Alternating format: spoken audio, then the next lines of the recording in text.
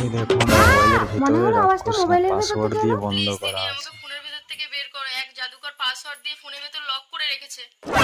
কিন্তু আমি তো পাসওয়ার্ড জানি না। 3642। 3642 এ কি তুমি রাক্ষসী? এইবার তোকে এই মোবাইলের মধ্যে বন্দি করে তোর রূপ নে তোর স্বামীর সাথে সঙ্গম করে 108টা রাক্ষসের জন্ম দেবো। না, আমাকে বন্দি করো না। ছেড়ে দাও আমাকে, ছেড়ে দাও। এইবার আমি তোর রূপ নিয়েছি। মানুষের আরে বংশ বাবারে, ধ্বংস ওকে হবে, বন্ধ করে সারা দিয়েছি। পৃথিবী রাক্ষসের রাজ্য হবে। কাব্য কাব্য এই দেখুন তার ওই যে স্বামী তোর স্বামী আসলো। আসছে। কি ব্যাপার কাব্য, এখানে দাঁড়িয়ে আছো, বাড়ি যাবে না? আমি রাক্ষসের সঙ্গম গণ্ডিতে আটকে গেছি স্তব। তুমি এখানে আমার সাথে সঙ্গম না করলে আমি মুক্তি পাবো না। এই ফাঁকা রাস্তায় সেটা কি করে সম্ভব কাব্য?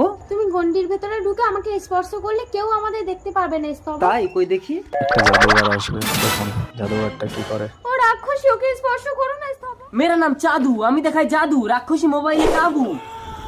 প্লিজ আমাকে